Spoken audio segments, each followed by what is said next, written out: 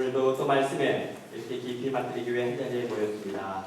오늘 말씀으로 힘을 얻고 또 말씀으로 치유되고 말씀으로 새로운 길을 또 열어가는 은총의 시간 되도록 주님 축복하소서. 생명의 말씀을 우리에게 주시는 예수님의 이름으로 기도합니다. 아멘. 성부와 성자와 성령의 이름으로 아멘. 참여 예수님. 예, 요즘 연애 그냥 폭염으로 많이 힘드시죠? 그래도 예, 이제 조금 찬바람이 좀 나는 것 같네요. 자, 오늘은 우리가 13장 우리 함께 오늘 나누겠습니다. 13장.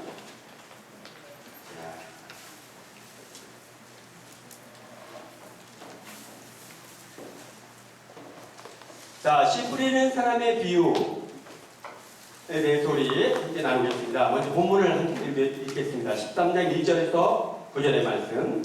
그날, 시작. 그날 예수님께서는 집에서 나와 호숫가에 가셨다. 그러자 군중이 모여들어 예수님께서는 배에 올라앉으시고 군중은 물가에 그대로 서 있었다. 예수님께서 그들에게 많은 것을 비유로 말씀해 주셨다. 자, 씨 뿌리는 사람이 씨를 뿌리러 나갔다.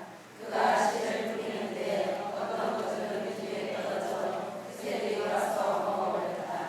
어떤 것들은 흙이 많지 않은 밭밭에 떨어졌다. 흙이 깊지 않아 싹이 돋보다 났지만 해가 솟아오르자 타고 말았다. 뿌리가 없어서 말라버린 것이다. 또 어떤 것들은 가시덤불 속에 떨어졌는데 가시덤불이 자라면서 숨을 막아버렸다. 그러나 어떤 것들은 좋은 땅에 떨어져 열매를 맺었는데 어떤 것은 100배, 어떤 것은 20배, 어떤 것은 1000배가 되었다. 귀 있는 사람은 들어라. 예. 자, 하나님께서 하늘에서 이렇게 농부가 씨를 뿌렸는데 어떤 건 길가에 떨어졌고 어떤 건 돌밭에, 가시덤불에. 그래서 돌밭에 길가에 떨어진 건 새들이 와서 쪼아먹었고 돌밭에 떨어진 것은 어떻게 잎이 나는가 했더니 조금 있다 그냥 폭염에 그냥 말라서 죽더라. 그리고 가시덤불에 떨어진 것은 그래도 잘 자라는 것 같더니 그것도 좀 어느 정도 되니까 그냥 가시덤불에 탁 묻혀서 결국 열매를 맺지 못했다. 이런 말씀이에요. 자, 이 말씀에 대한 해설을 이게 무슨 말씀인지 해설을 예수님께서 직접 주십니다. 자, 우리 예수님으로부터 직접 한번 해설을 들어볼까요? 13장 24절에서 30절 말씀 보겠습니다. 예수님께서 예, 여기 18절에서 23절. 그러니 시작. 그러니 너희는 주시는 사람의 비유를 새겨라.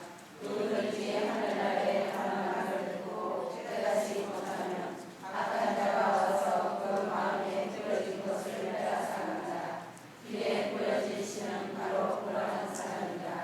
돌밭에 뿌려진 씨는 미워하는 사람이다. 그는 말씀을 들으면 꼭 기쁘게 여긴다. 그러나 그 사람 안에 뿌리가 없어서 오래가지 못한다. 그래서 말씀 때문에 하나냐 악하게 일어나면 그는 꼭 걸려 넘어지고 한다. 가시덤불 속에 뿌려진 씨는 미워하는 사람이다. 그는 말씀을 듣기는 하지만 세상 모두가 세상의 유혹이 그 말씀에 숨을 막아버려 열매를 맺지 못한다. 좋은 땅에 뿌려진 씨는 미워하는 사람이다. 그는 말씀을 듣고 깨닫는다. 그런 사람은 열매를 맺는데 어떤 사람은 100배, 어떤 사람은 20배, 어떤 사람은 1000배를 낸다. 예, 여기서 씨는 하느님의 말씀일 수 있겠죠? 또 하느님의 은총일 수 있어요. 예. 자, 이런 말씀과 은총을 하느님께서 막 사람들에게 그냥 엄청나게 부어주시는 거예요. 부어주시는데 하느님께서 이렇게 은총을 막 소낙비처럼 부어주시고 나서 이렇게 보니까 이 은총이 곳곳에 떨어졌겠죠? 어떤 사람의 마음에 떨어져서는 그냥 막 무럭무럭 탐스럽게 자라고 열매도 많이 맺는데, 어떤 사람들 마음에 뿌려진, 어떤 사람에게 주어진 은총은 그 자라는 듯 하더니 죽어버리고, 또 어떤 사람은 아예 싹도 나지 않고, 이러는 것은 이제 하나님께서 이렇게 보시는 거예요. 지금도 마찬가지겠죠, 그죠? 지금도 하나님께서 은총을 주시겠죠? 그냥 은총을 쫙 하고 뿌려주셨는데, 이 뿌려진 씨앗이 마치 농부가 밭에 씨를 뿌리는 것과 같더라. 자, 그러니까 내 마음밭에 뿌려진 씨가 잘 자라면 좋겠죠? 네, 잘 자라면 좋겠습니다. 자, 그러면 첫째, 길가에 떨어진 씨앗은 길가에 떨어진 씨앗은 새들이 와서 그냥 주워 먹더라. 이런 말씀을. 그러니까 어떤 씨앗이 길가에 떨어진 씨앗이죠? 하나님의 말씀을 받고 은총을 받았는데 그것을 받아들이지 않는 사람. 이게 길가에 떨어진 씨앗이다. 이렇게 이야기합니다. 그러니까 예수님께서 많은 말씀도 주시고 기적도 보여주셨죠? 그런데 많은 사람들은 그 말씀과 기적에 막 환호하는데 그 중에 일부는 어떤 사람도 있죠? 자, 저거는 베엘제불의 힘을 빌려서 하는 거야. 베엘제불. 이렇게 거부하고 받아들이지 않는 사람들이 있어요. 이렇게 말씀을 거부하거나 하나님의 은총을 무관심한 사람들은 주어도 하나님께서 흠뻑 내려주셔도 그냥 쥐도 새도 모르게 누군가가 다 앗아간다. 자, 이런 부분이죠. 그러므로 우리가 먼저 은총과 말씀에 관심이 있어야겠습니다. 관심이 없으면 이게 언제 왔다 언제 가는지도 모르게 되겠죠, 그죠? 그러니까 우리는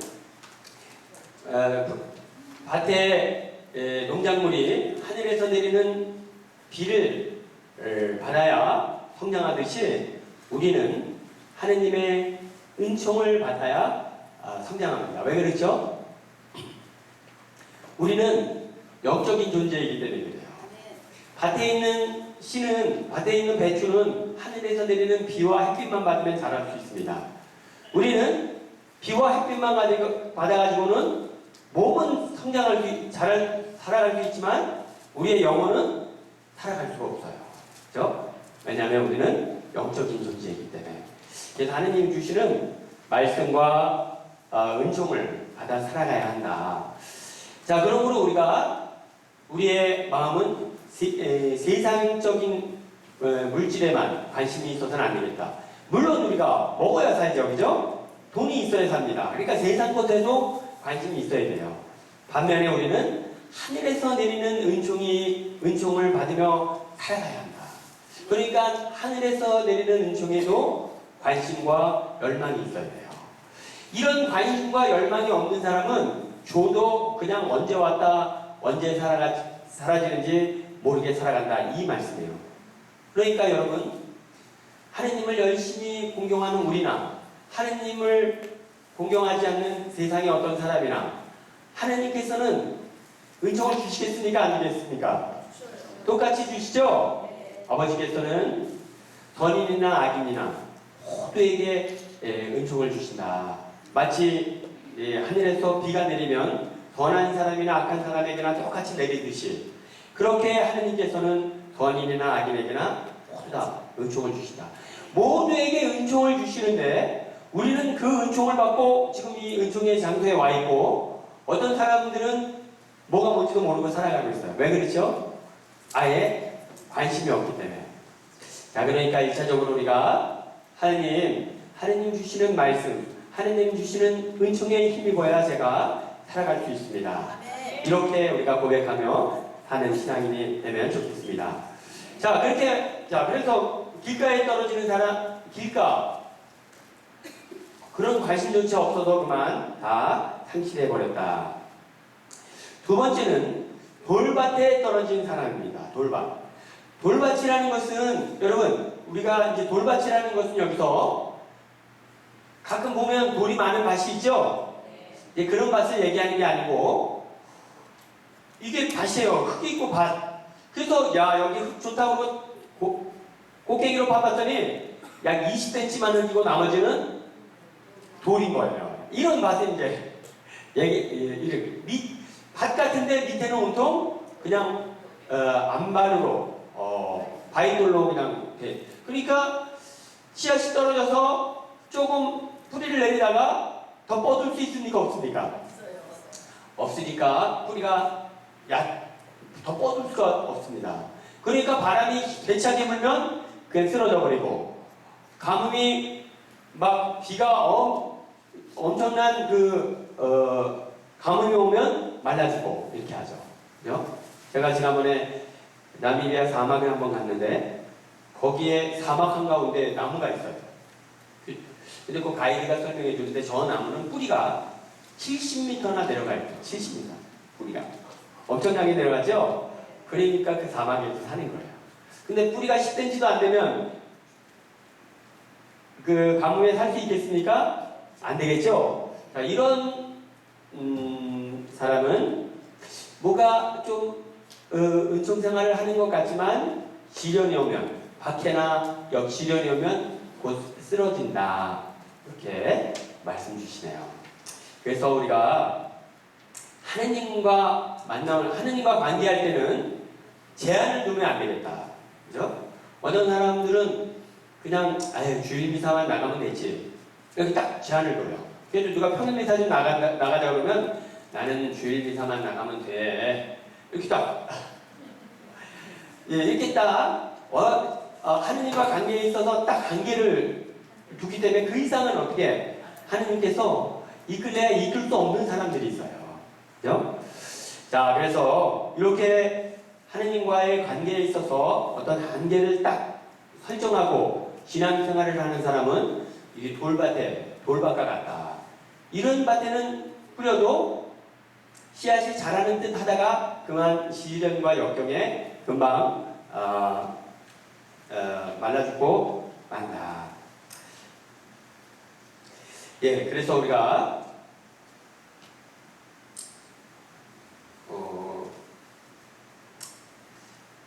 하여튼 좀 푹 잠기는 게 중요합니다. 우리가 신앙생활을 하는데 그냥 하나님께서 이끄시는 대로 푹 잠기는 게 중요해요. 막 물속 깊이 막 이렇게 바닷가 가면 발목만 담그고 오는 사람이 있어요. 발목만. 그죠? 바닷가 가서 물가에 가면 발목만 담그다가 오는 사람은 수영을 배울 수 있습니까? 없습니까?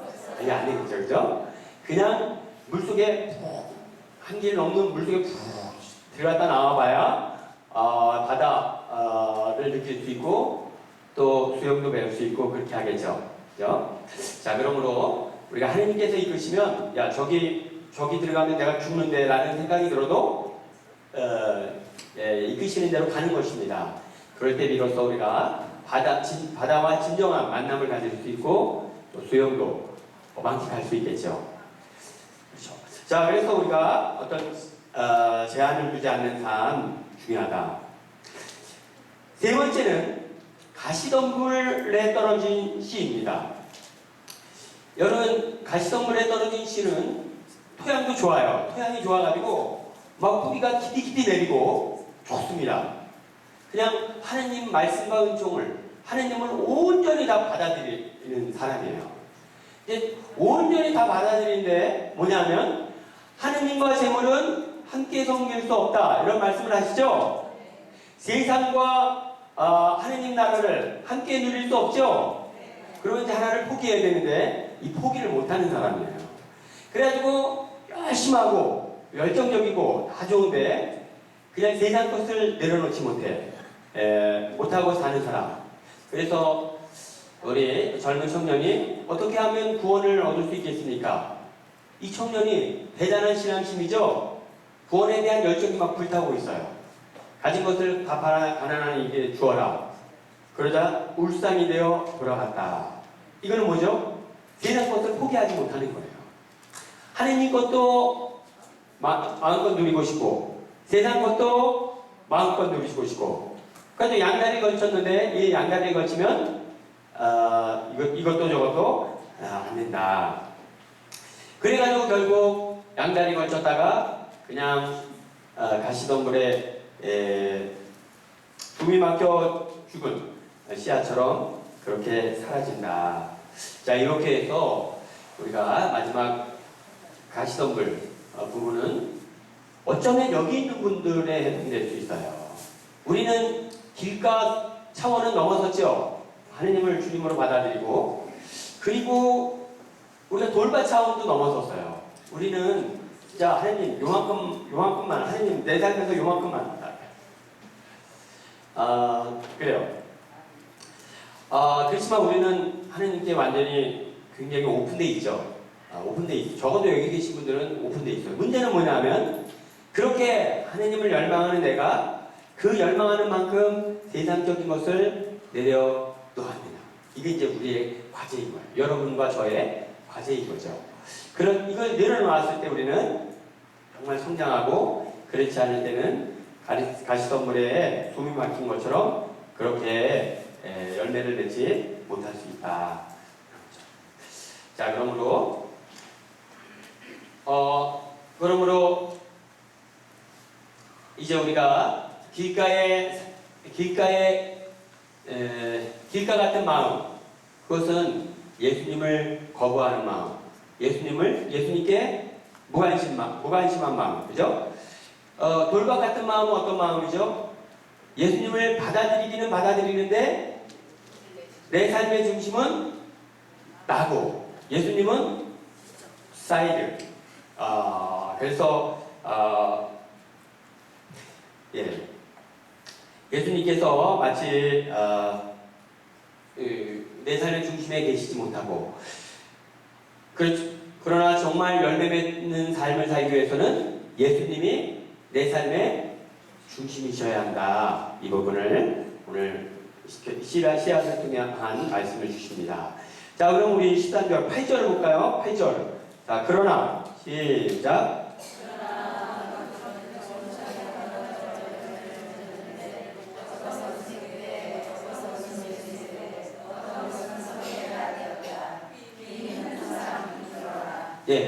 이렇게 그냥 길가, 돌밭, 가시덤불에 뿌려진 씨는 다 죽어 버렸는데 좋은 땅에 뿌려진 씨는 30배, 60배, 100배의 열매를 맺었다. 그래서 이제 가시덤불도 치우고 돌도 치우고 다 치워서 옥토가 되었습니다. 옥토에 뿌려진 것은 30배, 60배, 100배. 근데 좋은 땅에 뿌려진 것도 차이가 있네요. 어떤 것은 30배, 어떤 것은 60배, 어떤 것은 100배. 이렇게 차이가 있습니다. 자, 이냐시오 성인은 이 부분에 대해서 다음과 같이 이야기해요.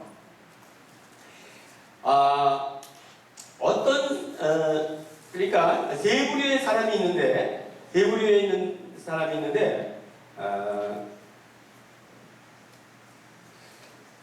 똑같이 하느님께 영광이 된다면,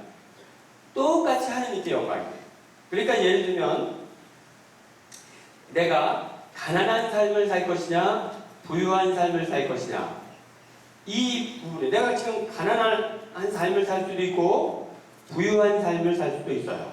너가 선택해라. 네가 원하는 대로 해주겠다. 가난한 삶을 살고 싶으면 가난하게, 부유한 삶을 살면 부유하게. 그런데 똑같이 하느님께 영광이 된다면, 내가 가난하게 사는 삶을 선택해도 하느님께 영광, 부유한 삶을 살아도 하느님께 똑같이 영광이 된다면 어떤 삶을 택하고 싶어요? 부유한 삶, 그죠? 요 부유한 삶, 똑같이 하느님께 영광이 된다면 부유한 삶을 선택하는 것을 30배라고 이렇게 이야기합니다. 두 번째, 60배는 어떤 부분이냐면, 똑같이 하느님께 영광이 된다면 너는 부유한 삶을 원하느냐 가난한 삶을 살겠느냐 라고 이렇게 했을 때, 그때 편중되지 않는 마음, 그러니까 저는 가난한 삶도 좋고 똑같이 하느님께 영광이 된다면 가난하게 살든 부유하게 살든 그것이 저에게는 하등의 문제가 되지 않습니다. 이렇게 이야기하는 사람, 그걸 60배 열매를 맺는 사람이라고 이렇게 얘기해요. 어디 여러분? 괜찮겠습니까? 네. 30배, 60배, 부유한 삶, 똑같이 연결된다면 부유하든 가난하든 괜찮겠어요? 네. 왜? 그러면 여러분들은 90이에요. 100배 열매를 맺는 사람은 어떤 사람인가? 똑같이 하느님께 영광이 된다고 한다면 네가 가난하게 살겠느냐 아니면 부유하게 살겠느냐 라는 제안을 받았을 때 저는 가난을 택하겠습니다. 이렇게 똑같이 영광이 된다면 가난을 택하겠습니다 라고 이렇게 하는 삶을 100배의 열매를 맺는 삶이다 이렇게 얘기를 해요. 왜냐하면 그런 삶이 예수님을 온전히 본받는 삶이기 때문에 라고 이렇게 이야기하죠. 자, 그러므로 우리가 그냥 평범한 사람인 경우에 똑같이 하느님께 영광이 된다면 우리가 부유하게 살고 싶죠. 이거 평범한 신앙입니다. 그죠? 똑같이 이 하느님께 영광이 된다면 가난해도 좋고 부유해도 좋고 그것이 더 이상 문제가 되지 않습니다. 이런 사람은 아주 성숙한 신앙인. 그리고 똑같이 영광이 된다면 저는 필요 싫습니다. 가난을 택하겠습니다. 이것이 바로 성인의 경지 이렇게 이야기합니다. 그러니까 성인들 보면 한결같이 다 청빈의 삶을 살았죠.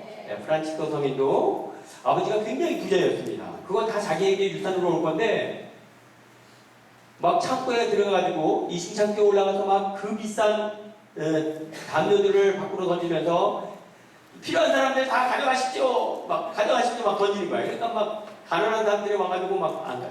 아버지가 와가지고 이놈의 새끼 너 미쳤냐? 아버지 너무너무 지금 행복해. 너무너무 기뻐요. 아버지도 한번 해보세요. 막 집어넣어요. 자, 그런 영화가 참 인상적이었는데 좋습니다. 그런가 하면 여러분 예수님께서 해주시는 말씀을 정말 기쁘게 믿음으로 받아들이는 삶, 이거 믿음으로 굳센 믿음으로 예수님을 받아들이는 삶, 이거를 30배 열매를 맺는 옥토. 이 믿음과 플러스 희망을 가지고 있는, 내가 주님을 믿으니까 나는 반드시 구원되리라는 확신을 지니고 있는 삶. 월요일날 우리 성문 승천 대축일이었는데 성모님께서 말씀하세요. 만세가 나를 복되다. 내가 이제 예수님을 알았으니까, 예수님을 내가 인기했으니까 온 세상이 나를 복되다 할 것입니다. 이런 말씀을 하세요. 엄청난 희망이죠? 사실 그때 성모님은 별로 가진 게 없고 배운 것도 별로 없는 것 같고 또 목수의 아들이고 그렇게 대단한 게 그렇게 호언장담해야 할 이유가 아무것도 없는 여인인데 그렇게 막 큰 소리를 뻥뻥 치시는 거예요. 뭐 때문이죠? 믿음에서 오는 희망. 이런 희망을 가지면 60배. 믿음. 그래서 이런 희망을 믿음에서 오는 희망이라고 확신 있는 믿음. 그러니까 믿음 중에서도 아주 확신 있는 믿음. 그것을 우리가 희망이라고 이렇게 이야기합니다. 그러니까 믿음, 희망 지니는 삶을 60배. 믿음과 희망과 그리고 사랑을 지녔다면 100배의 열매를 맺을 것이다. 사랑을 뭐라고 그러죠? 자기의 삶을 온전히 내어놓는 믿음. 이것을 사랑이라고 이렇게 이야기해요. 그래서 나는 믿음의 차원에 나는 어느 차원에 멈추고 있는가? 믿음? 아니면 믿음 플러스 희망? 그리고 희망 플러스 사랑. 예수님을 위해 나는 온전히 내 삶을 다 놓고 있는가 이거죠. 그래서 우리가 믿음의 삶에서 희망의 삶에서 사랑의 삶으로 점점점 성장하고 성숙해가는 우리 신앙인이 됩시다. 네. 자, 그러면 우리 씨 뿌리는 사람의 비유에 대해서 우리 함께 나눌까요? 다음 비유로 말씀하신 이유에 대해서 한번 나눌까요? 자, 10절 제자들이 시작. 제자들이 예수님께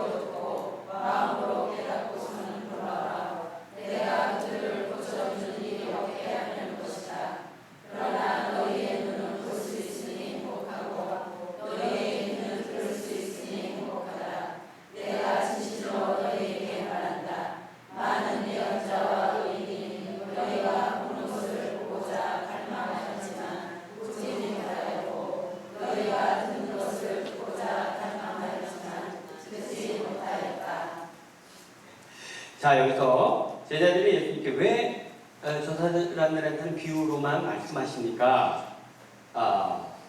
그러자 예수님께서는 너희에게는 하늘나라 신비를 아는 것이 허락되었지만 저 사람에게는 허락되지 않았다.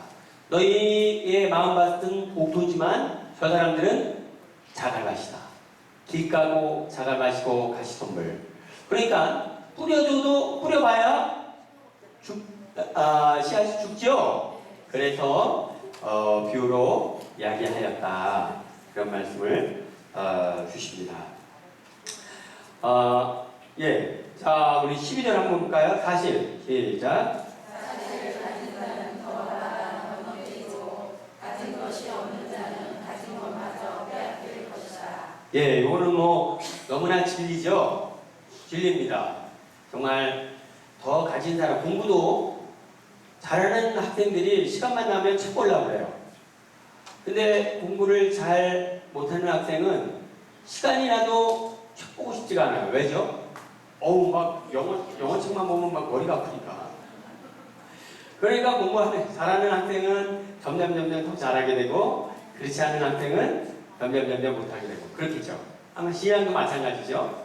막 은총에 막 이게 말씀 막 솔솔 들어오는 분들은 더위가 30도든 40도든 막 더위 뚫고 그냥 이게 정서 공부에 오시는데, 그렇지 않으면 그냥 연속극 보는 게 더 좋죠. 자, 이렇게 가진 사람은 막 더 갖게 되고, 가지지 못한 사람은 그래서 있는 것마저 빼앗기는 그런 부분이 되죠. 자, 우리 13절을 보겠습니다. 13절. 내가 시작. 내가 저 사람들에게 비유로 말하는 이유는 저들이 보아도 보지 못하고 들어도 듣지 못하고 깨닫지 못하기 때문이다. 예, 비유로 말하는 이유는 얘기해줘도 다 돌바치고 가시덤불이라 다 죽으니까 비유로 이야기를 했다. 자, 이렇게 말씀하시는데, 여러분, 비유는 예수님께서는 참 비유로 많이 말씀하시죠? 비유로 말씀하시는 이유는 뭘까요? 첫째는 하느님의 신비를 인간의 언어로 온전히 다 설명할 수 없어요. 온전히 다 설명. 여러분, 장미의 향기를 아십니까? 장미의 향기가 어떻죠? 달콤한가요? 달콤하긴 하지만 그것 갖고는 뭐가 정이 온전하지 않은 것 같죠? 상큼하다. 상큼한 부분이 있지만 뭔가 더 정말 참된 것은 이 말로 다 형언할 수 없어요. 정말 아름다운 것을 보고 나면 뭐 막 설명하다가 야, 말로 설명이 안 된다. 그러니까 하늘나라의 신비는 말로, 이 언어로 온전히 다 전달될 수 없기에 전체 비유가 사용된다. 그러므로 비유는 천상의 기쁜 소식을 지상의 언어로 전하는 것, 이렇게 이야기를 해요. 예수님께서 비유를 많이 하죠. 두 번째 비유는 무엇인가를 드러내면서 동시에 무엇인가를 감추고 있죠. 네, 그렇습니다. 비유는 그렇습니다. 네.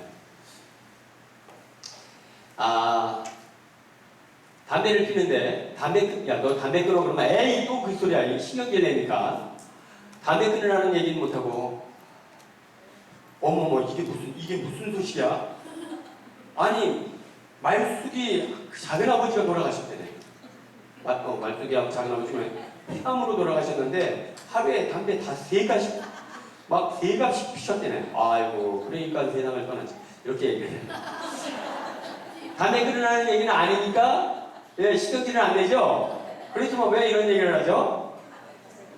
담배 안 끊으면 당신도 위험해. 딱 이런. 뭔가를 암시하고 있죠. 그죠? 뭔가를 드러내면서도 또 그렇다고 담배 끊으라고 한 얘기는 아니죠. 그런 측면에서 감춰져 있는 얘기고, 또 담배 끊지 않으면 큰일 난다는 경고이기에 드러난 얘기고, 이렇게 비유는 이중적인 의미를 담고 있어요. 그래서 예수님께서는 비유를 지금 얘기해 줘봐야 알아듣지 못하는 너에게 비유로 말씀해 주시고 언젠가는 그 비유가 의미를 드러내면서 그 사람을 생명의 길로 인도하게 될 것입니다. 그래서 이제 예수님께서는 비유로 말씀하신다. 자, 이렇게 해서 저 사람들은 도대체 얘기해줘도 못 알아듣으니까 내가 비유로 이야기한다 이렇게 하시면서 이사야 예언서의 말씀을 인용하십니다. 너희는 듣고도 들어도 깨닫지 못하고 보고도 보아도 알아보지 못하리라. 저 백성이 마음은 무디고 귀로는 제대로 듣지 못하며 눈을 감았기 때문이다. 그들이 마음이 완전히 돌밭이고 가시덤불이라 뭘 얘기해줘도 도대체가 통통 튕겨나오고 그래가지고 해주나 마나다. 이는 귀로 그들이 눈으로 보고 귀로 듣고 마음으로 깨닫고서는 돌아와 내가 그들을 고쳐주는 일이 없게 하려는 것이다. 요 말씀은 이사야 예언서의 말씀인데 그러면 이사야 예언서를 한번 보겠습니다. 이사야 예언서 6장 9절의 말씀을 보겠습니다. 이사야서 6장 9절.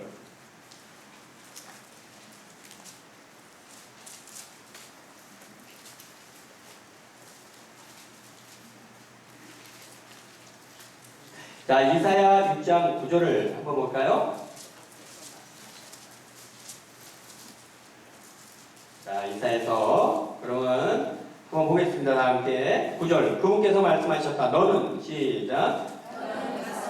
저 백성에게 말하여라.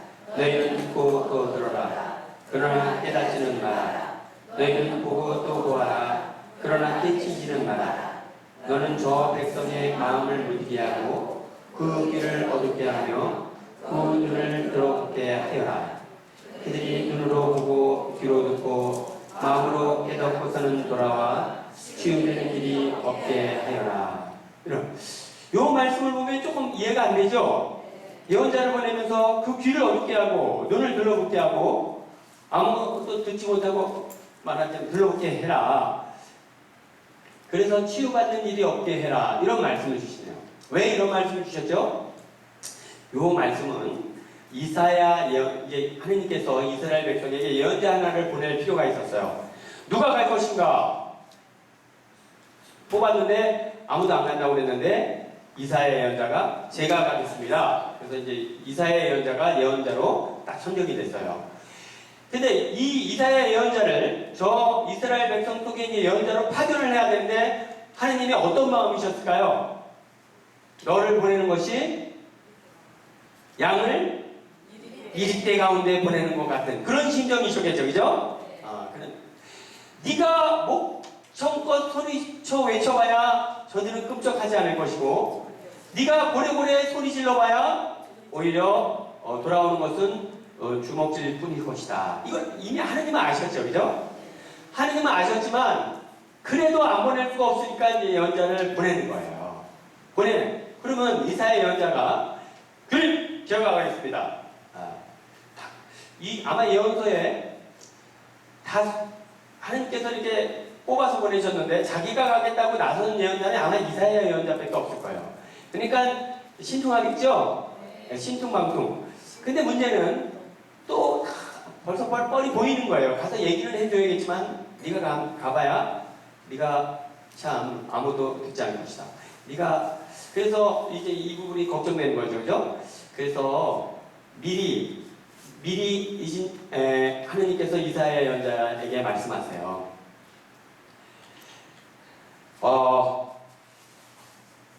너희는 듣고 또 들어라. 그러나 깨닫지는 마라. 너희는 보고 또 보아라. 그러나 깨치지는 마라. 그러니까 네가 해주는 얘기를 그들이 귀담아 듣지 않는다고 해서 실망하지 마라. 네가 보여주는 어떤 여러 가지 특징들을 그들이 받아들이지 않는다고 해서 실망하지 마라. 원래 그런 놈들이다. 이런 말씀이에요. 네. 그래서 그러니까 너는 지금 가서 그들의 눈을 열어주고 귀를 열어주고 마음을 열어주겠다고 단단히 내르지만 그거는 택도 없는 소리야. 그러니까 그렇게 되지 않더라도 어떻게 해라? 실망하지 말고 그냥 전하기만 해. 전하기만. 네가 전한 얘기가 도무지 열매 맺지 않는다고 해서 너가 사표내지 말고 그냥 그런 놈들이니까 가서 전하기만 해. 이렇게 해서 지금 그렇게 보내는 거예요. 자, 그래서 그런 상황들이 역설적으로 표현된 말씀이다. 이해하실 수 있겠죠? 네? 자, 그래요. 그래서 자, 이 부분이 이제 예수님께서 이 부분을 인용하시는 거예요. 이 부분을 인용하시면서 내가 니들이 돌바치고 가시덤불이고 내가 아무리 얘기해줘도 아무리 표징을 보여줘도 니들이 받아들이지 않는데 그래 이제 나도 더 이상 눈을 뜨게 하고 싶지 않고 귀를 열게 하고 싶지 않다. 니들이 깨닫고 돌아와서 고쳐주는 일, 치유받는 일이 없도록 할 거야. 그럼 어떻게 하게 되는 거죠? 예를 들면 이거예요. 고3 수능 시험 학생인데 매일 컴퓨터만 하는 게임만 하는 거예요. 야, 너 수능 시험이 다가오는데 게임만 하면 어떡할 거냐? 어떡할 거냐? 듣지도 않고 막 신경질 내고. 그러니까 이제 엄마가 뭐라 그래요? 그래, 게임 열심히 해. 게임 열심히 하고 그래, 시험에 죽 써봐라. 그래, 그죠? 아예 이렇게 왜 엄마가 이렇게 게임을 열심히 하라고 그러죠? 이제는 이 친구는 얘기를 해서 되는 친구가 아니고 이제 뭘 해야 하니까 내 말을 듣지 않으면 얼마나 고통스러운 십자가를 감수해야 하는지를 이 삶으로 네가 느껴봐야 돼. 네가 삶으로 느껴봐야지. 백날 공부해라 그래봐야 이제 나도 지치고 너도 지치고 우리 괜히 관계만 안 좋아지고 나도 이제 너 더 이상 얘기하지 않을게. 대신 기억해둬라. 네가 수능 시험 앞두고 게임만 하면 어떤 일이 벌어지는지. 어떤 일이 벌어지죠? 시험 죽수고 떨어져가지고 친구들은 다 막 파란 캠퍼스에서 낭만을 즐기는데 노량진역 뒷골목에서 라면 먹으면서 이게 재수하잖아요, 그죠? 이때 막 눈물이 쏟아지는 거예요. 어머니 말씀을 들었어야 되나? 어머니 말씀을 그때 비로소 어머님이 해주셨던 모든 말씀들이 막 가슴을 치면서 들어오겠죠? 네, 지금 예수님께서 이제 그 말씀을 해주시는 거예요. 그렇게 얘기해도 못 알아듣고 거부하고 반항하니까 그래 이제 너희에게 더 이상 해줄 말은 없다. 대신 내 말을 받아들이지 않을 때 어떤 결과가 주어지는지 한번 삶으로 체험하고 그때 정신 들면 그때라도 나에게 돌아오기 바란다. 이런 사인이 담겨 있습니다. 자, 이렇게 해서 우리 이사야 예언사 말씀을 보죠. 자, 우리 16절 볼까요? 우리 한번 16절 보겠습니다. 그러니 시작.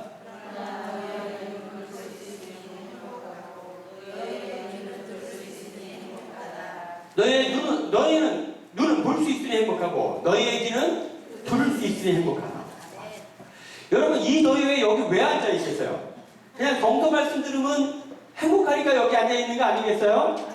그렇죠. 그러니까 여러분들이 너무 행복하시고 있어요. 저도 오늘 아침에 이렇게 정체조회 하면서 이 작은 빵을 내가 주님이라고 고백할 수 있다는 이 사실이 너무 놀라운 거예요. 그죠? 그렇게 고백해야 할 아무런 근거가 없는데도 내가 이 작은 빵의 모습으로 계신 분이 하느님이라고 고백하는 이 축복에 대해서 너무너무 감사한 거예요. 그죠? 이거를 세상 사람들에게 야 여기 이분이 하느님이셔 이렇게 하면 크게 그 친구들이 받아들이겠어요? 안 되겠죠, 그죠? 진짜 세상에 정말 내놓으라 하는 천재들, 위인들 많지만 그 양반들이 그런 말도 안 먹힐 텐데 자 그렇게 어려운 이것을 예수님이라고 받아들이기가 그렇게 어려운 것을 내가 지금 그렇게 하고 있다는 사실이 너무나 막 오늘은 막 감동적으로 다가오더라고요. 그죠? 그러니까 볼 수 있는 눈을 가진 우리는 행복합니다. 이 작은 빵의 모습을 하신 분이 나의 주님, 나의 하느님이라고 고백하는 우리는 행복합니다. 이 저주받아 처형당한 이 사형수가 나의 주님이고 나의 구원이고 이 십자가가 나의 희망이라고 고백할 수 있는 우리는 행복한 사람들입니다. 이 말씀이 그냥 투박하게 느껴지는 이 말씀, 그냥 보통 사람들은 읽다가 딱 5줄만 읽으면 좋은 배우는 이 말씀이 나에게는 막 꿀같이 달게 느껴지는 이 들을 수 있는 귀는 행복한 것입니다. 그래서 오늘 우리 예수님께서는 말씀 주시네요. 자, 여기 17절 보죠. 17절. 내가 시작. 내가 진실로 너희에게 말한다. 많은 예언자와 의인이 너희가 보는 것을 보고자 갈망하였지만 보지 못하였고 너희가 듣는 것을 듣고자 갈망하였지만 듣지 못하였다. 네, 이렇게 해서 구약에 많은 예언자가 있고 의인이 있었지만 그들이 정말 이 생명의 말씀, 예수님께서 주시는 이 생명의 달콤한 생명의 말씀을 듣고자 했지만 못 들었고 이 구원자를 보고자 했지만 보지 못했어요.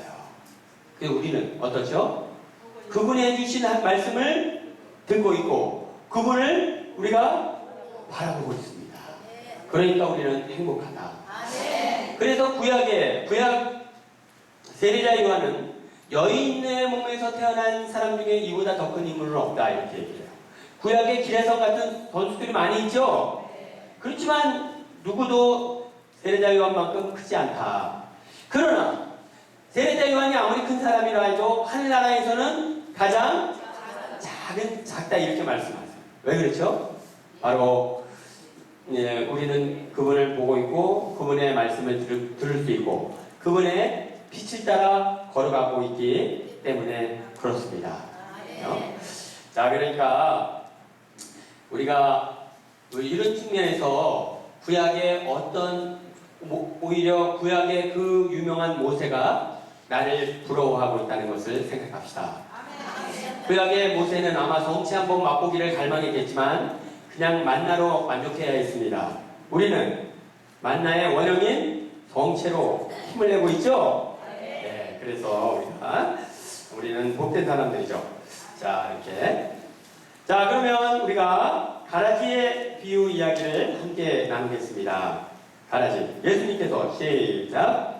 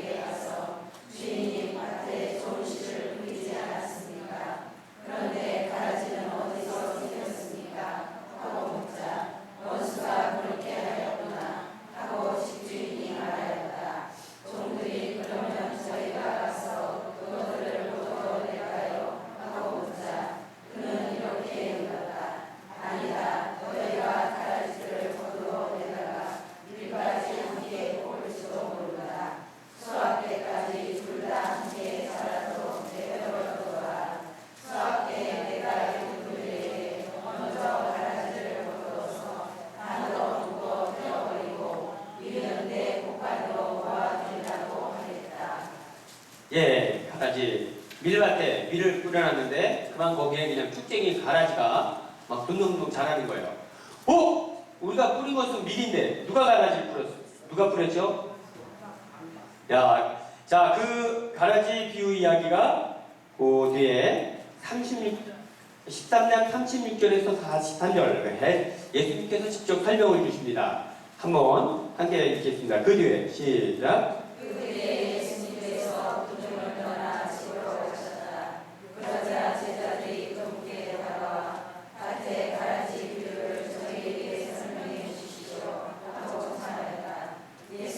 이렇게 이르셨다. 좋은 씨를 뿌리는 이는 사람이 아니고 밭은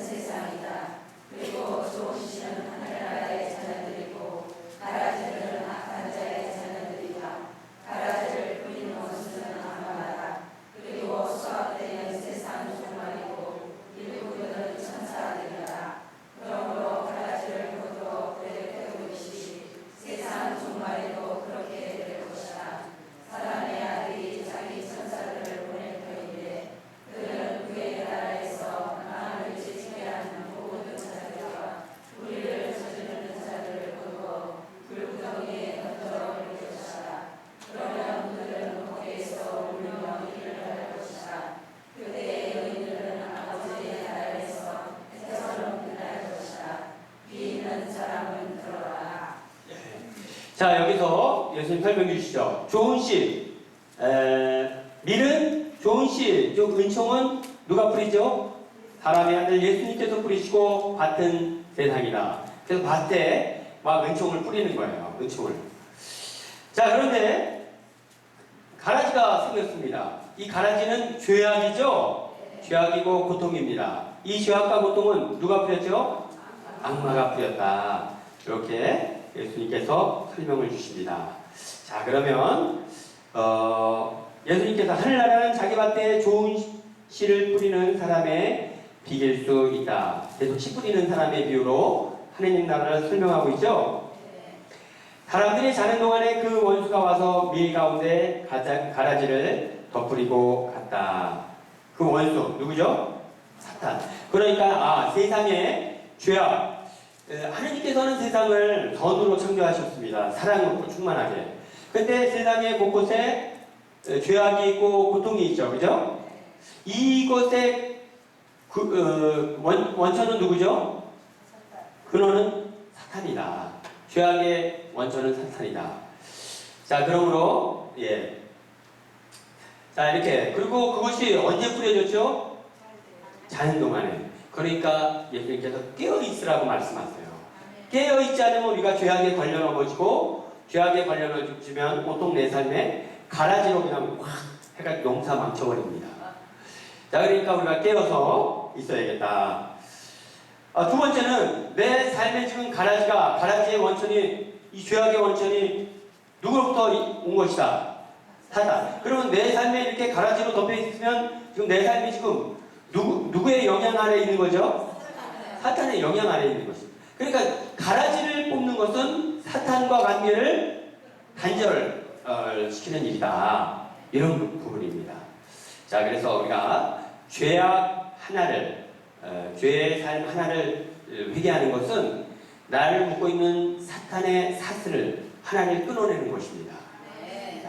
자, 그런 것을 우리 함께 나누고, 자, 그러면 26절 함께 보겠습니다. 줄기가 시작.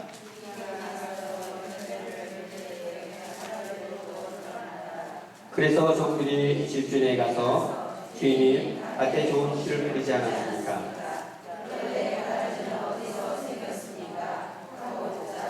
원수가 그렇게 하였구나 하고 집주인이 말하였다. 종들이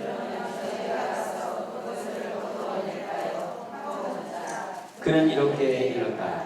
아니다. 너희가 가라지를 거두다가 밀까지 함께 뽑을 그러니까 이제 가라지가 덮여 있으니까 이 가라지를 뽑아야겠다. 이 악인들을 뽑아 처단해야겠다.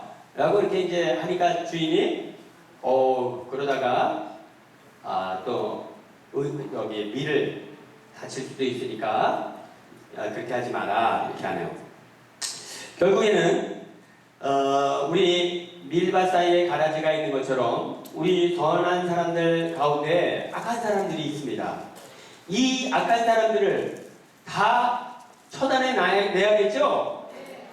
그런데 예수님께서 그렇게 하지 말라고 하시네요. 왜냐하면 왜 그랬죠?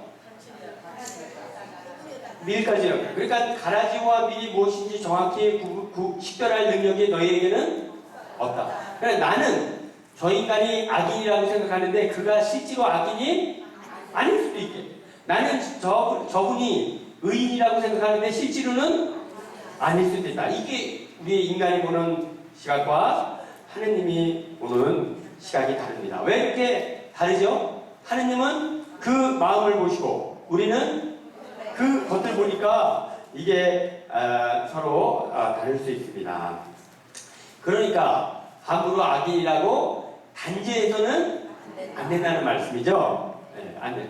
자, 그러니까 악인이라고 단죄하지 말고 악인이라고 생각되면 너는 너 같은 인간은 없어져야 돼. 단죄 처단하지 말고 그가 잘못됐다고 생각되면 그 잘못된 길에서 돌아서도록 도움을 주어라. 그 도움을 주는 건 괜찮습니다. 내가 설사 이 사람이 착한 사람인데 내가 나쁜 사람으로 오해했구나. 그러면 도움을 주라고 말면 되는 거예요. 그죠? 그런데 이렇게 처단을 하면 그것이 이제 심각한 문제를 발생할 수 있는 거죠.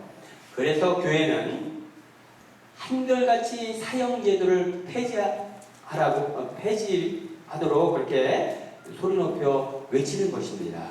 사형제도는 한 인간을 너는 이 세상에 주고 마땅하다고 해서 처단할 수 있는 그런 권한이 일단 우리에게 없어요. 왜 권한이 없죠? 생명의 주인은 하느님이시니까. 첫째는 권한이 없고, 둘째는 그렇게 식별해낼 능력도 없다. 그래가지고 많은 사례들이 있잖아요. 사형수 중에 나중에 알고 봤더니 진짜 범인이 나중에 나타난 거예요. 그런 경우가 아주 허다합니다. 또 두 번째는 우리나라의 뭐 민혁당 사건이라든가 이런 사건들은 조작 사건, 독재 정권들이 자신의 정권을 유지하기 위해 그냥 엄한 사람 막 사형시키지 않습니까? 무슨 죄를 뒤집어 씌워가지고 이렇게 이런 일들이 발생할 수 있다. 그죠? 그래서 우리가 그러니까 가라지라고 해서 뽑아버릴 그렇게 해서는 안 되겠다 이런 부분들을 우리가 함께 나눕니다. 자, 그러므로 우리가 정말 가라지라고 생각되면 그가 가라지에서 벗어나도록 도움을 주고 또 그렇지만 기도하고 도움을 주는 것은 우리가 도리 해서는 안 되겠고, 두 번째 그가 가라지라면 그 배후에는 누가 있죠? 사탄이 있는 것입니다. 여기 말씀하시잖아요. 가라지는 누가 뿌렸죠? 사탄이 뿌렸다고 예수님 말씀하셨잖아요. 그러니까 지금 그 사람이 누구의 하수인 역할을 하는 것입니까? 사탄의 역할을 하는 거예요. 그러니까 정말 우리가 어떤 악인을 만났을 때 그 우리가 싸워야 할 상대는 그 악인이 아니라 누구죠? 그 악인을 뒤에서 조종하는 악의 힘입니다. 그래서 바오로 사도는 우리가 싸워야 할 상대는 사람이 아니라 누구다? 어둠의 세력이고 악령들입니다. 이렇게 얘기하잖아요. 그죠? 그래서 우리가 악한 사람을 만날 때 어쩌다가 사탄의 속임수에 넘어가서 네가 사탄의 하수인이 됐구나 라고 생각하고 정말 인간적인 연민을 느끼고 그를 사탄의 소나기에서 구해줘야겠다는 마음을 갖고 우리가 임한다면 우리의 자세는 아주 달라질 거예요. 과연 누가 그럼 예를 들면 그렇지만 그게 쉽겠습니까? 쉽진 않겠죠? 누가 내 물건을 훔쳐갔어요. 귀한 물건. 어떤 놈이? 저 놈이 그런 거예요. 이럴 때 네가 내 물건을 훔쳐가가지고 내가 얼마나 고통을 당했는지 알아? 멱살을 딱 잡겠지요? 그런데 이제 여기서 우리가 저 사람이 내 물건을 훔친 것은 누구의? 사탄의 꼬임에 넘어가서 그렇구나. 그리고 그런 생각이 갖는다면 여보게 어쩌다가 사탄의 꼬임에 넘어가서 그런 짓을 했나. 자네 때문에 내가 굉장히 힘들었네. 이제는 진짜 자네 이거 여차하면 이렇게 사탄의 유혹에 넘어가니까 정신 바짝 차리고 그렇게 하게. 그러고서 그냥 구마 기도를 너 사탄 가! 예수님의 이름으로 명령한다. 가라! 여기 잠깐 여기 옆으로 나와. 가! 그렇게 할 수 있어야겠다. 그렇게 할 수 있겠습니까? 그러면 우리는 어떤 죄인을 만나더라도 사람을 미워하지 않고 죄를 미워하는 사탄을 미워하는 그런 복된 신앙인이 될 것입니다. 네. 그렇게 해서 예수님께서는 악인이라고 함부로 처단하는 것을 허락하시지 않는다. 소학 때까지 둘 다 함께 자라도록 내버려 두어라. 소학 때에 내가 일꾼들에게 먼저 가라지를 거두어서 간으로 묶어 태워버리고 밀은 내 곳간으로 모아드리라고 하겠다.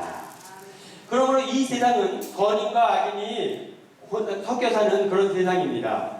그러니까 악인이라고 해서 우리가 미워하기보다는 그가 회개하도록 기도하고 그가 정말 생활을 개선하도록 도움을 주어야 합니다. 그렇게 살면 힘들지 않습니까? 그렇게 되면 우리만 억울하지 않습니까? 이렇게 하는데 이게 여기 그러나 마지막 날에 내가 셈을 하겠다. 그래서 가라지는 묶어다가 대장 마지막 날까지 회개하지 않는 가라지는 묶어다가 불구덩이에 집어넣고 밀은 곳간에 드리겠다라고 말씀하세요. 자, 우리 마지막 날에 다 하느님 나라 가야겠죠? 자, 우리 큰 소리로 마지막 날에 모두 하느님 나라 갑시다. 그러니까 우리가 지금 해야 할 일은 악인을 미워하는 것이 아니라 악인이 회개하도록 도움을 주는 거고, 악인을 단죄하는 것은 하느님의 역할입니다. 우리가 해야 할 역할은 그를 끌어안고 그가 사탄으로부터 관계를 끊도록 도움을 주는 것입니다. 그리고 나머지는 마지막 날에 하느님께 모든 것을 맡기는 것입니다.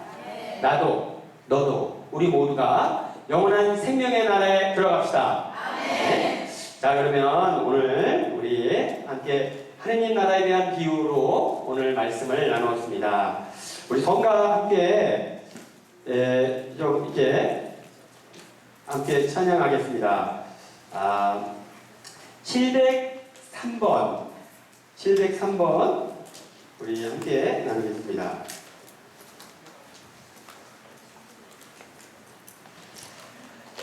여러분, 예수님께서 이 영원한 생명의 나라, 하느님 나라를 우리에게 선물로 주시기 위해 이 사세 땅에 오셨고 십자가의 죽음까지도 마다하지 않으셨습니다. 십자가의 승리로 그 생명의 나라를 선물로 받았습니다. 우리 함께 찬양합시다.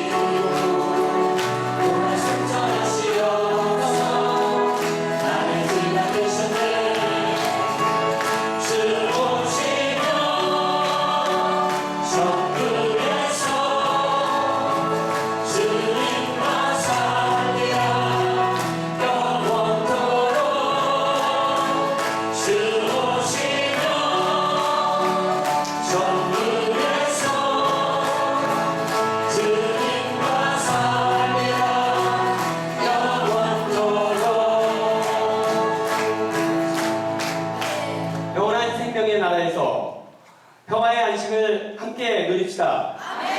그 나라는 기쁨과 사랑과 또 행복이 넘치는 나라입니다. 704번 찬양합시다.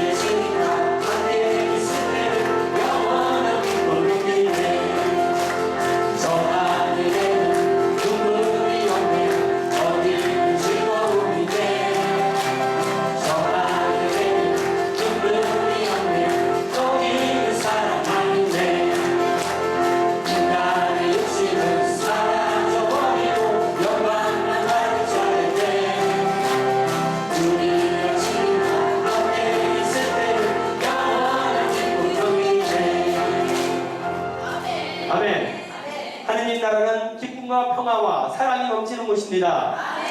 그곳에 우리 모두 들어가게 될 것입니다. 그러니까 지금 당장 힘들고 어렵고 고통이 있어도 우리 인내하고 기다립시다. 이겨냅시다. 그 나라가 우리를 기다리고 있습니다. 주님과 함께 그 나라에 갑시다. 예, 그러면 우리 712번 함께 주님 손잡고 갑시다.